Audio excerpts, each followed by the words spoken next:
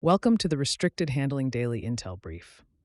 This is what's been going on in China in the past 24 hours. China's AI strategy is increasingly defined by scale and adoption rather than frontier performance. The goal is not to outbuild the most advanced US models in a direct technical sense. It is to embed good enough systems across as many countries, companies, and government workflows as possible. That shift is already visible in how Chinese AI firms are positioning themselves globally.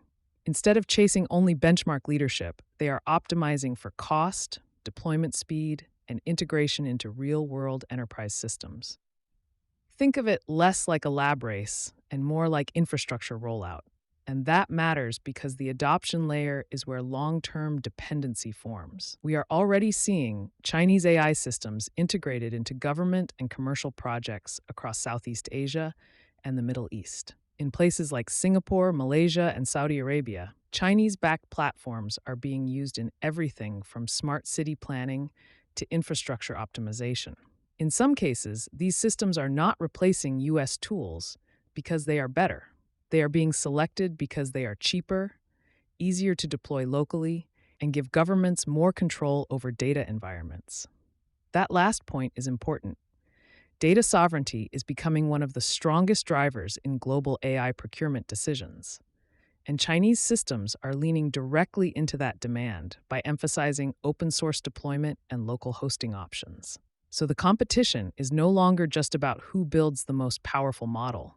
It is about who becomes the default system inside emerging digital economies. Now shift from digital infrastructure to physical maritime pressure, where the Taiwan picture continues to evolve in a more operational direction.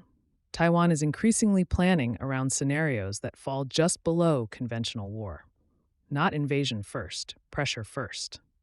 Recent exercises and planning drills in Taiwan have focused on what a maritime blockade could look like if it is implemented through administrative and legal mechanisms rather than immediate kinetic action. In one scenario, Chinese authorities require commercial shipping entering or leaving Taiwanese ports to submit approvals through Chinese-controlled systems. From there, pressure escalates in stages. First comes inspection authority, then boarding actions, then potential seizure of vessels. Each step is designed to remain ambiguous enough to avoid triggering immediate large-scale military response while still applying sustained economic and psychological pressure. Taiwan's response planning reflects that same reality. Coast Guard enforcement is the first layer. Rapid military readiness follows. And then comes a coordinated information campaign aimed at international partners to frame these actions as violations of maritime norms and freedom of navigation.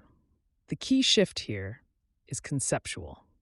Taiwan is no longer just planning for invasion scenarios. It is actively building response frameworks for coercion that looks bureaucratic on the surface, but strategic underneath. And that connects directly to what is happening in the surrounding maritime environment. Chinese Coast Guard activity and survey operations around Taiwan continue to be described by Beijing as lawful enforcement activity. Taiwan and several Western partners see it differently, viewing it as incremental normalization of presence in contested waters. The pattern is consistent: sustained operations, calibrated escalation, and constant testing of thresholds. At the same time, the diplomatic perimeter around Taiwan is getting wider. The U.S. has been warning domestic state governments and private companies that Chinese diplomatic missions are actively working to discourage engagement with Taiwan. That pushes the issue beyond traditional diplomacy and into economic and subnational influence space. It is no longer just about embassies and ministries. It is about trade relationships, procurement decisions, and private sector exposure. And alongside that, U.S. officials are reinforcing that Taiwan-related arms transfers are not conditional bargaining tools in broader U.S.-China negotiations. That matters because it removes ambiguity in deterrence messaging at a time when ambiguity itself is being used as a pressure tool. Now zoom out again because a parallel track is developing in the legal and economic domain. Beijing is advancing new mechanisms that would allow state prosecutors to bring civil litigation against foreign entities accused of harming Chinese national interests. This is part of a broader counter-sanctions architecture that builds on existing tools like asset freezes, travel restrictions, and business limitations inside China. The direction is clear. China is formalizing a system that can respond to external economic pressure using domestic legal processes. That introduces a new layer of risk for multinational firms operating in China, where geopolitical disputes can translate directly into courtroom exposure. And while this legal structure develops, the U.S. is tightening restrictions in the opposite direction. One of the most visible examples is in connected vehicle technology. Washington has expanded controls over Chinese-linked automotive systems due to concerns around data collection and communications infrastructure embedded in modern vehicles. These are not just mechanical products anymore. They are data platforms on wheels, with constant connectivity to networks, sensors, and external systems. As a result, certain China-linked automotive brands are being restricted from the U.S. market beginning in the coming model cycles. The core concern is not manufacturing capacity. It is information exposure and potential access pathways through connected systems. Now bring in the military layer, where signaling is becoming more explicit, but still carefully controlled. China is continuing to develop advanced strike and targeting capabilities designed for long-range maritime environments. One of the most notable indicators is the construction of full-scale 3D mock-ups of U.S. naval vessels at desert testing ranges. These are not symbolic displays. They are used for targeting validation, missile system testing, and kill chain refinement against realistic ship profiles. In parallel, China continues to highlight systems such as hypersonic missiles and advanced air defense platforms, reinforcing a message of increasing capability in multi-domain strike environments. The strategic takeaway is not just capability growth. It is rehearsal. Rehearsal against specific adversary systems in a controlled environment designed to reduce uncertainty in real-world scenarios. And that brings us to the broader regional picture, especially Northeast Asia.